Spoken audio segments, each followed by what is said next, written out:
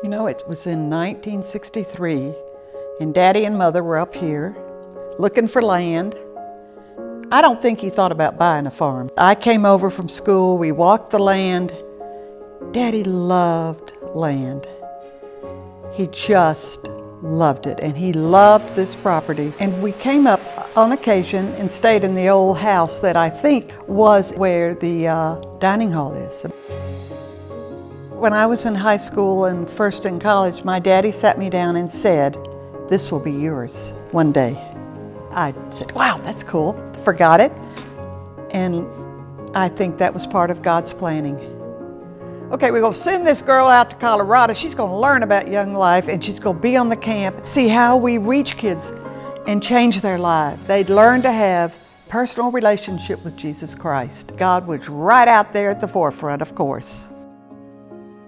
I heard Jim Rayburn out in Colorado and at Frontier Ranch at a club meeting, and he talked to the kids as if they were his friends and that they would get this, and we need to have a camp in the Southeast.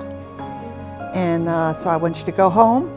I want you to tell your parents what you've experienced here and about this camp, and I want you to ask them to pray. And I want you to pray because you've been here.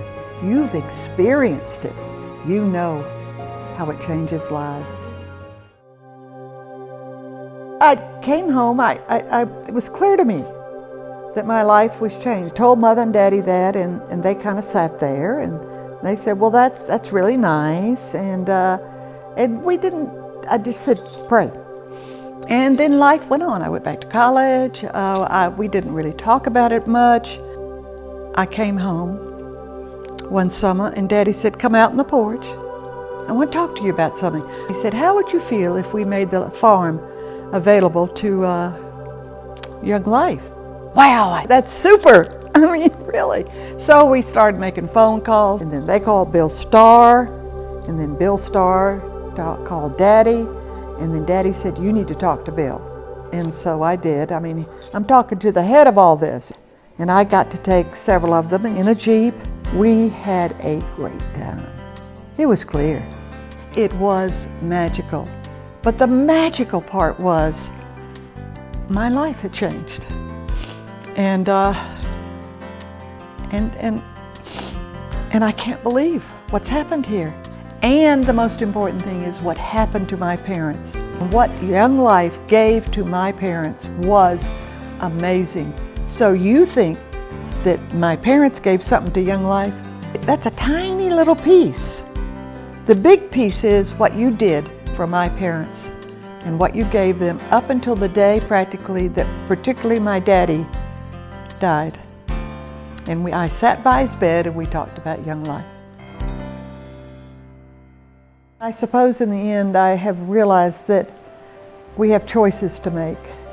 And my choice has been of an organization that is here because so many people have supported it with little gifts, with big gifts. There's never too much. Never. You got to listen to Jesus and he will tell you when to give. So if I were to say anything, I mean, I know the lives of many, many high school students have been changed. But if you hadn't touched my parents' lives, Young Life, and they had personal relationships with Jesus. And I just want to thank you, and I'm sure my brothers would thank you.